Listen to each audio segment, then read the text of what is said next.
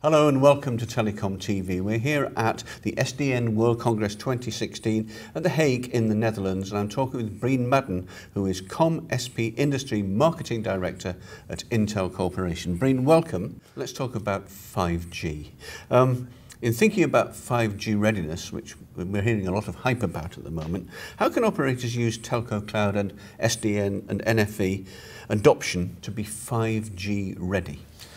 Very good question, Martin. And from our perspective, we see SDN and NFV as a staging post towards what we term next generation networks. And we see 5G as the pervasive technology as that end state. And obviously, because of the amount of data and potential new services that operators are looking at today, they see the need to optimize their networks on SDN and NFV, and at the same time, they need to cloudify their environment and become a cloud architected business. So to take advantages of the technologies they have today to be cloud ready, they need to look at technologies such as network slicing, which gives the operator the ability to really optimize those services in a cloud environment on the edge of the network, maybe in a mobile edge compute environment. And by looking at those technologies today means that they can become very much cloud ready and very much 5G ready.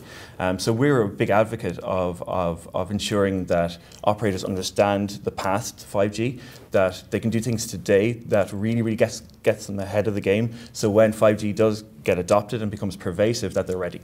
What portion of the service provider industry is running telco cloud infrastructure today then? And where do you think it's going to be in the next, 18 months, 2 years, 3 years' time? So cloud is quite pervasive in operators today. Certainly from an enterprise perspective, they have cloud deployed business models today. We see over the next 18 months an understanding of what is the key service that an operator wants to deploy in a cloud environment. And we use the term data GPS. And data GPS for me means that you can understand where your data is at any one given time, that you can manage it, that you can monitor it, and you can control it. And we believe that's the ideal service for an operator to go monetize, because they have those relationships with those enterprise customers. And enterprise customers trust the operator. They trust the operator because they have a relationship with them. They trust the operator because they have truck road, for instance. And that gives the operator a distinct advantage to monetize that data and monetize services around that data over the next 18 months. Can we go back to 5G again, Breen, if we could for a moment? We were talking about, how operators can use the Telco Cloud and SDN and NFV adoption to be 5G ready. Do you think that the industry and the service providers understand what 5G will be and what benefits it will bring? Are they moving towards it with some knowledge of what it will provide, or are they being hopeful? I think they understand the problem statement around 5G, which is the exponential growth of data.